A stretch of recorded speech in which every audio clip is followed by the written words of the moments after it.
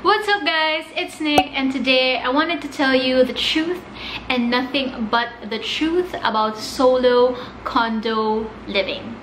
I've been in a studio space for around 3-4 years already by myself, and I feel like I've got something to say, especially if you are someone who's looking into moving to a condo by yourself, or if you are planning to move already to a condo and you're looking into, things that will be thrown at you and you just want to be prepared. I feel like this video will definitely help you put you in the right perspective or mindset into what it's like to live in a condo, especially if you're by yourself, and what kind of expectations will be thrown at you, and you kind of have to deal with it because no one else will. So yeah, if you like these kinds of videos, then make sure to subscribe to my channel. Hit that red button right now because I talk about adulting, lifestyle, trying to, survive life in general. And click the notification bell also so you won't miss out on my next upcoming videos.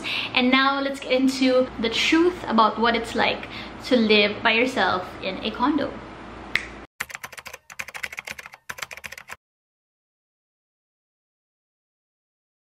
The first pro is very obvious, which is accessibility and convenience. And I feel like that's one of the main reasons why people would want to move to a condo, because it's more accessible to their workplace, to the mall, to restaurants, versus where their house is, which is quite farther if they take transportation. And that's usually put into question why people would say like, bakit ka mag-move sa isang place na ang mahal-mahal tapos ang liit lang naman? It's because you're not really paying for that actual space. You're paying for the vicinity of the place, like why you are in that certain location, whether you're in Makati, Ortigas, Pasig, wherever you are paying for that small space because that makes you accessible to more places that you usually go to, especially for work, because we don't want to travel like 2 hours away from work. When you like go down to your condo and there's immediately like a mall over there, a restaurant over there, you don't have to drive a car, or you don't need to take a tricycle or a jeep just to go to a specific landmark. You are paying for that, and I feel like that's a really big pro. It saves you on time with transportation. It also gives you like a wide array of things to do and things to go. I can easily like walk to the groceries. I don't need to drive a car, or if I want to go to a convenience store because I forgot something in the groceries, it's so accessible. There are also a lot of restaurants nearby that I could easily take out food. Like that's basically the price that you pay when you are in a condo, and you just realize that the convenience and accessibility, that's really the main perk and advantage of living in a condo. And especially if you're by yourself, it's nice to see a lot of like parks nearby, malls, restaurants that you can easily access when you want to. And now the con is that everything is usually much more expensive than average. Because there is that accessibility and convenience, usually that comes with a price, that comes with a much higher cost. And like for example, water and electricity, it's much more expensive where I am, in the condo that I'm in, versus like where my house is. Like I compared like my electricity bill and my water bill. Like it blows my mind that our house is bigger, like farther from here, and yet their water and electricity is like not as expensive versus me living in a small studio space. Pero bakit ang mahal ng kuryente ko? Getting a condo in a city, usually mas mahal lang talaga within the city, like that's a given. And when it comes to food, like the restaurants nearby and convenience stores, of course they're priced higher versus yung mga nasa tabi-tabi lang na sari-sari store or like mga karinderya. Like obviously those are different. For me, like the cost of living is not just within like the four corners here. Of course you're eventually gonna go out, and when you go out, usually the things that you have to buy outside are much more like expensive. Even the kinds of services that you get, like even getting a massage or getting a haircut, like those, like it's so much more expensive here, like the places nearby, versus like where my house is, which is farther from here. Like the cost, just like it's so much more blown up. That's something that you have to budget for, because that's just the reality of living in a condo. The second pro is that you have security and maintenance 24/7. Of course, it's not like I'm gonna need maintenance at 2 a.m. But as far as I know, like even if I call them at 10 p.m. and there's like something broken here, like I can call them up and ask for help. It's so easy to call someone up from the maintenance and ask for help, and then someone from the maintenance was gonna go to your condo and like help fix whatever is going on, like whether it's like plumbing issue, whether it's like if you want to drill a hole and put a frame up. Like it's so accessible to you in just a call, and that's something that I feel like is a privilege when you're in a condo. And second is like security. I feel like security is such a big deal, especially if you are living by yourself. Like for me, at least I don't have to worry about, you know, anyone like following me or bad stuff that I don't want to happen to me. I know that there are guards downstairs that will keep everyone safe in this place. I even have like a memorable story. Like there was a time that I had really bad allergies, and I'm by myself. Obviously I had like rashes going up to my neck, and I heard that's not a good thing because you might like suffocate. At least that's what Google said. So you know, sometimes googling stuff is not good for you. But basically I was having a hard time. It was like really late at night and I really just needed to buy medicine. But the thing is, the Mercury drug near me is not so near. I still need to walk a bit, and the thing is with my condition, I really couldn't walk. Like it was really bad. I was so fortunate that when I told the security guard like, okay kuya, saan ba yung malapit na Mercury drug dito? Kasi like I really need to buy medicine because you know, he saw my condition, it was bad. And then naawa siya sa akin and he said na parang, ma'am, ako na lang bahala, like bumili ng gamot para sa'yo, ganon. So I remember that it was so memorable to me because it was really a bad condition,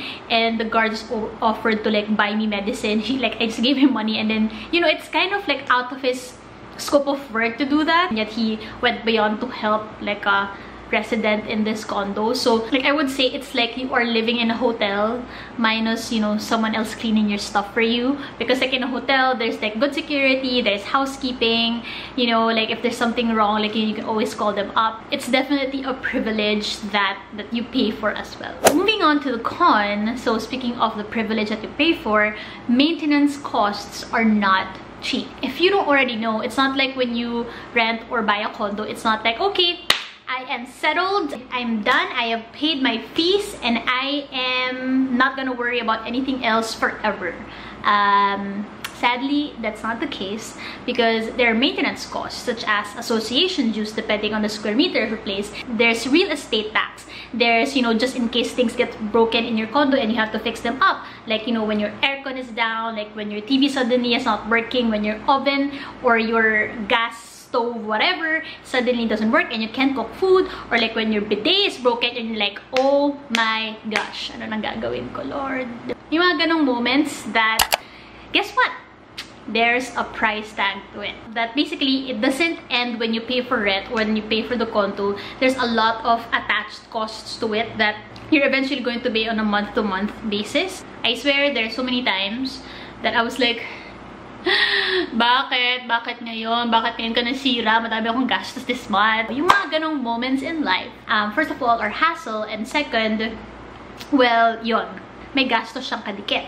When you're living in a condo, is that there are maintenance costs that you have to be prepared for in order to keep your place well maintained.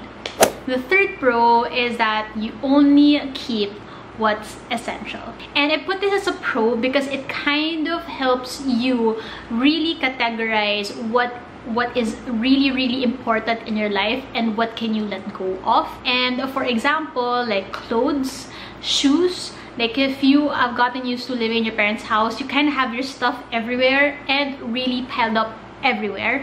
And if you're going to move out and you're living in a condo, you basically cannot bring your room like in your house and put it in a condo, because there's very limited space that you have to deal with unless you're really gonna buy like a 3-bedroom condo. Like, good for you. Like, I had to cut down on my clothes, my shoes, you know, books. Probably need to let go of that CD collection and DVD collection from 10 years ago. Actually, that's another con maybe for some of you guys, is that you need to let go of a lot. Besides letting go of things, you're also letting go of the comfort of your home. That you know, when you get home, there's food prepared for you. When you wake up, there's breakfast prepared for you. But guess what? When you're living in a condo by yourself, there's none of that. You have to prepare everything yourself and clean up for yourself. And you know, that's just real life. The third pro is that you become in control of your time and space. This is a big deal for me because, you know, if you are in control of everything around you, like, you have your own order on how you do things in your head. Like, no one's gonna tell you what to do, when to do it. Like, you are accountable for every action that you do in here. So if you leave the door open or if you leave the electric fan open, it's basically on you because, you know, you pay the electricity and you basically put your condo at risk if you leave the door open. So you just become more appreciative of your space and also your time. Like, within your time, what are the things that you really actually want to do? How do you become more productive and make the most out of your time? Like, if you just wanna lounge around and watch Netflix all day on the weekend, sure. Or if you want to do more recreational activities like cook, bake, or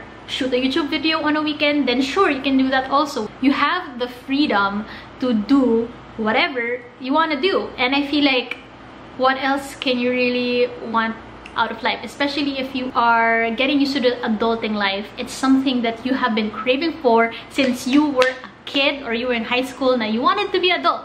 But guess what? When you become an adult, yeah, you just want to become a kid again. So that's the message of the video, basically. Moving on to the con is that since you are in control of the space, like, it's a con that you're always paranoid that you forgot something. I swear, if you just put a camera here in my condo and you take a video of me every time I go out of my condo, like, you know, for work or wherever I'm gonna go, you're probably gonna see me on the way out, right? Like, you know, like a normal person would be like, you know, I'm on my way out, I'm gonna close the door and like go to the elevator. No, I go out of my condo, I look at my condo like probably 5 times. I close the door, open the door, close the door, open the door. Why? Because I check, like, naiwan ko ba electric fan na bukas? May naiwan ba akong ilaw na bukas? Naiwan ko ba yung electric stove ko na bukas? Because that would be a big problem. Like, your paranoia level is going to be much higher than ever when you're in a condo because you're always just like worrying about things that you left behind. So just know that you are not alone when you become more paranoid than usual. Fifth pro is that independence came with maturity. So of course, like, when you're by yourself, you are independent, but sometimes we hope that we don't take that independence for granted, and if you really do it for the right reasons, then the independence will really come with maturity.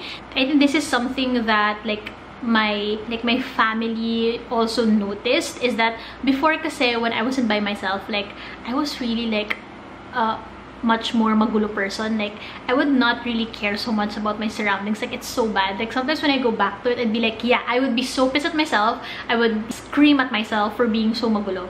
But you know, like, I wouldn't throw the trash kahit puno na siya, or like, I would like leave empty cartons of milk in the ref. Yung mga ganun na maliliit na bagay, and they're just like, when I fully decided to commit to living by myself, I had to be fully accountable of this place. And I think being accountable is a part of maturing also. So I'm not that kind of person anymore that I talked about a while ago. Totally backstabbing the person I used to be, but it's fine, that's me. I mean, I'm not as clean as my mom. If my mom is watching this video, which she usually does, she's a whole different kind of level in cleaning. But you know, I feel like I've come a long way from the person I used to be. I would be so muarte with how things are in order here to make sure that I keep things as tidy to my eyes. If you are in it for the right reasons of committing to solo living in a condo, then you will also find yourself maturing in ways that you did not plan to, but you know, it just came along with it. So the con, ending with the con, you are going to be forced to be on survival mode most of the time. I say survival mode because I remember like a conversation before when I started living by myself was that I was like preparing my own meals for lunch. Like, every single day I have baon, I cook I lunch prep. I remember this office mate of mine said na, paano mo nagagawa? Paano nakakapagluto para may baon ka araw-araw? And then sabi ko, for survival? It was like a half-meant joke because honestly, yeah, it's for survival because I didn't want to survive over canned goods and instant food or like fast food. I wanted to make sure that I was still eating the right food, so I had to learn how to cook to survive, basically. And that's what the survival mode that I was talking about is, that when you are in survival mode, you're kind of forced into learning things that you didn't really expect to do before. Another thing on survival mode is that, yun nga, parang even if like there's security here, you always have to like look after yourself. You're always looking around, like making sure that, you know, walang danakaw dyan, walang stalker dyan, walang, you know, bad elements around you. Survival mode just means like you always have to be alert because you never know what could happen, especially if you're by yourself. I put it as a con, but can easily be turned into something positive, where before living by yourself, you were a follower, like whatever the routine of the people around you, like you adapted to it. But now that you're living by yourself, or, you know, living in a condo, you are no longer a follower. You are in control of your own life. You are a leader of your own life. You're on your own, and it's basically up to you how to make the most out of what you're dealt with. And that is it, you guys. This is my truth. I have spoken my truth about condo living. I have spilled all the pros and cons to you guys, and I hope it really, you know, gave you perspective into what it's like to live in a condo. And, you know, hopefully it excites you if you are moving in to a condo. And if you have any questions, clarifications, hopefully no violent reactions, you can leave it in the comment section down below. Like this video if you liked it. I hope you did, and I will see you in my next video. Bye bye.